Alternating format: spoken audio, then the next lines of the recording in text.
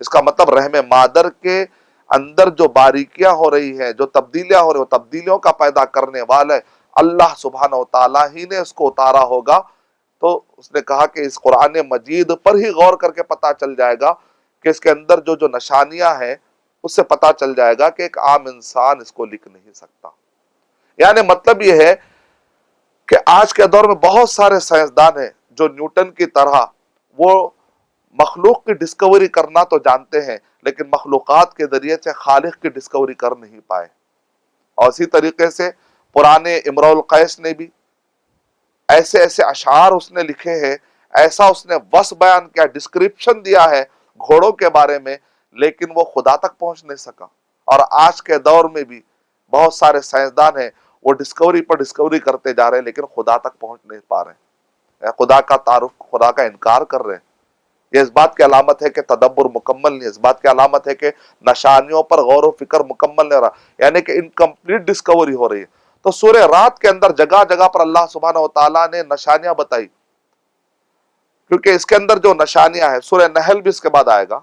جب سورہ نحل پڑھیں گے سورہ نمبر 16، تو اس میں ان نشانیوں کے بارے میں بتایا گیا جو اکثر جانور سے ریلیٹڈ ہے، اکثر وہ نشانیوں کا ذکر ہے جس میں روح پائی جاتی ہے، لیکن سورہ رات کے اندر ان نشانیوں کا ذکر ہے جو بے جان ہے لیکن کائنات میں، یعنی کہ مطلب یہ ہے کہ جس کے اندر روح نہیں ہے، جمادات ہے، اور ایک روح جس کے اندر روح پائی جاتی ہے، وہ جانور، وہ حیوانات کا نقشہ سورہ نحل میں زیادہ ملے گا، جبکہ سورہ رات کے اندر وہ نشانیوں کا ذکر زیادہ ملے گا جس کے اندر روح نہیں ہے، کائنات کی وہ جمادات والی چیزیں جو نظر آتی ہیں۔ آگے پڑھتے ہیں تو اس میں ہے مد الارض وجعل فیہا رواسy وانہارا، زمین پر غور کرو، دیکھو اس کے اندر پہاڑ ہے، اس کے اندر نہریں ہیں، کس نے بنائی ہوگی؟ اس زمین کے اندر دیکھو، وفی الارض قطع متجاورات وجنات من اعناب وزرع ونخیل وسنوان وغیر سنوان یسقی بماء واحد، ایک پانی سے سیراب ہوتے ہیں، لیکن جب دیکھتے ہیں تو انگور کا مزہ الگ، انناس کا مزہ الگ، وَنُفَضِّلُ بَعْضَهَا عَلَى بَعْضٍ فِي الْأُكُلِ، یہ ترکاری کا مزہ الگ، وہ ترکاری کا مزہ الگ، یہ پھل کا مزہ الگ۔ غور تو کرو کون ہوگا یہ چلا رہا ہوگا۔ تو یہ ہے سورہ رات کا، رات کے اندر ایسے بہت سارے، آخری میں بھی اللہ سبحانہ وتعالیٰ کہہ رہے کہ اللہ یعلم ما تحمل کل انثی وما تغیض الارحام وما تزداد، یعنی رحم مادر کے بارے میں اللہ تعالیٰ کہہ رہے کہ غور و فکر کرو۔ پھر آگے اللہ سبحانہ وتعالیٰ کہہ رہے ان اللہ لا یغیر ما بقوم حتی یغیروا ما بانفسہم، اللہ تعالیٰ کسی قوم کو اس وقت تک نہیں بدلتے جب تک کہ وہ قوم اپنے آپ کو نہ بدل لے۔ یعنی مطلب یہ ہے کہ آدمی اپنی طرف سے پہلے ارادہ کرے، اللہ بھٹکاتا اس کو ہے جب آدمی پہلے بھٹکتا ہے۔ فلما زاغوا ازاغ اللہ قلوبہم، جب لوگ ٹیڑے ہوتے تو اللہ ان کو بھٹکاتا ہے، اللہ تعالیٰ جان بوجھ کر کسی کو بھی نہیں بھٹکاتا۔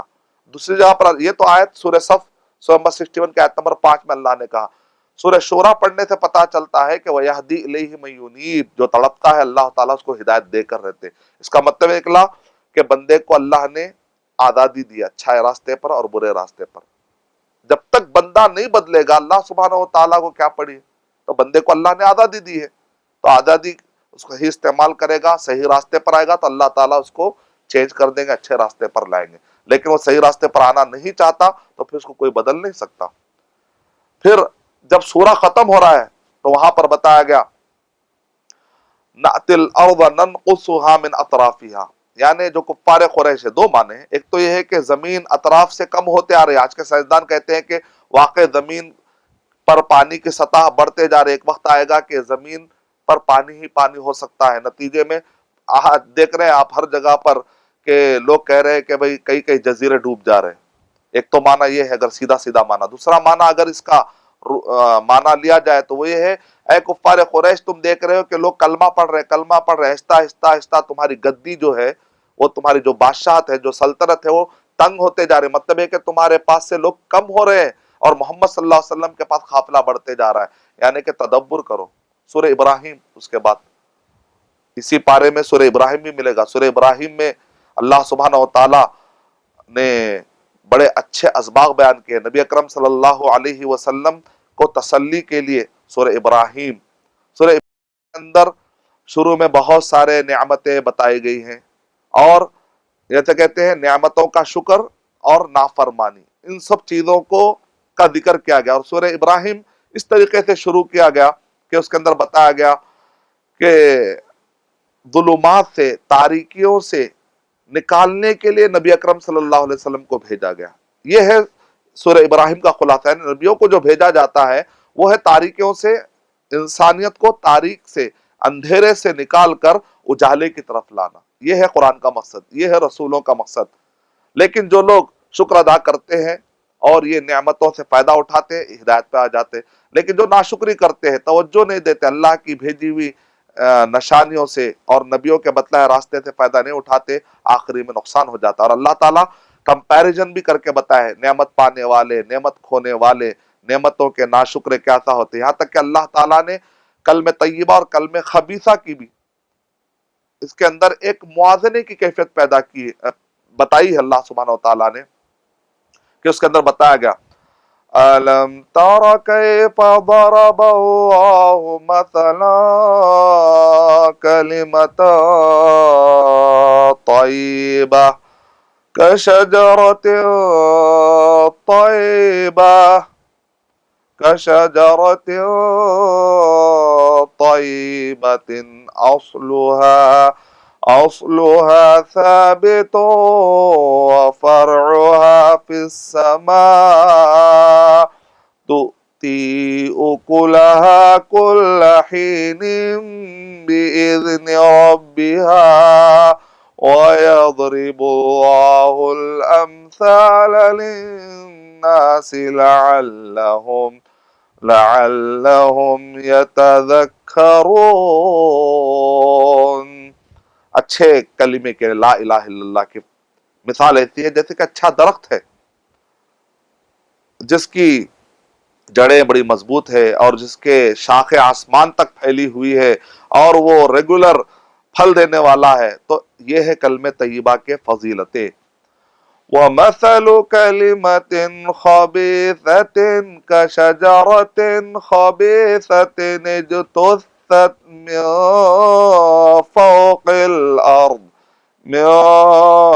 فوق الأرض ما لها من قرار يثبت الله الذين آمنوا بالقول الثابت في الحياة الدنيا وفي الآخرة ويضل الله الظالمين ويفعل الله ما يشاء۔ اللہ تعالیٰ کہہ رہے ہیں جو برا کلمہ ہے، جو لا الہ الا اللہ سے ٹکرانے والے جتنے بھی غیر اللہ کے نام پر جتنے بھی آوازیں لگائی جا رہی ہیں، جتنے بھی شرک ہو رہا ہے، یہ سب غیر اللہ کا ہے۔ اور یہ اس کی مثال کیا ہے؟ ایک خبیث درخت کے جس کو زمین سے اکھاڑ دیا گیا ہے، زمین پر کوئی جگہ نہیں ہے، بس وہ ادھر پڑا ہوا ہے، ادھر پڑا ہوا ہے۔ ایسی مثال ہے، ایسی مثال ہے ہر اس غیر اللہ کی، ہر اس شرک والی بات کی۔ اللہ سبحانہ وتعالی ہمیں توحید کے راستے پر ڈالے۔ اور آگے ابراہیم علیہ السلام کہہ رہے رب اجعل هذا البلد آمنا واجنبني وبني أن نعبد الأصنام۔ دیکھیں ابراہیم علیہ السلام کیسے خوف کھا رہے ہیں، اللہ مجھے اور میری ذریت کو بت پرستی سے بچا۔ دیکھیں دعا کرنا پڑتا ہے۔ آگے اور ایک دعا سکھا رہے ہیں، اور 2-3 آیتوں کیا پڑھتے ہیں؟ رب اجعلنی مقیم الصلاة ومن ذریتی ربنا وتقبل دعا۔ نماز قائم کرنے کے لیے بھی دعا مانگنی پڑتی ہے، ایسے ہی نماز کی توفیق نہیں ملتی ہے۔ اللہ تو مجھے اور میری ذریت کو نماز قائم کرنے والا بنا دے۔ اپنے ماں باپ کے لیے بھی دعا کرنے پڑتی ہے، ربنا اغفر لی ولوالدی وللمؤمنین یوم یقوم الحساب۔ ایمان والے ایک دوسرے کے لیے دعائیں کرنی چاہیے، اپنے لیے، اپنے والدین کے لیے اور ایمان والوں کے لیے، کہ قیامت کے دن جب حساب ہوگا، اے اللہ ہمیں تو استقامت دے، ایسی دعا کرنی پڑتی ہے۔ ہمیں ابراہیم علیہ السلام کی زندگی سبق مل رہا ہے۔ جس ملک میں آپ رہتے ہیں اس ملک کے لیے، وہاں کے لیے امن و امان کے لیے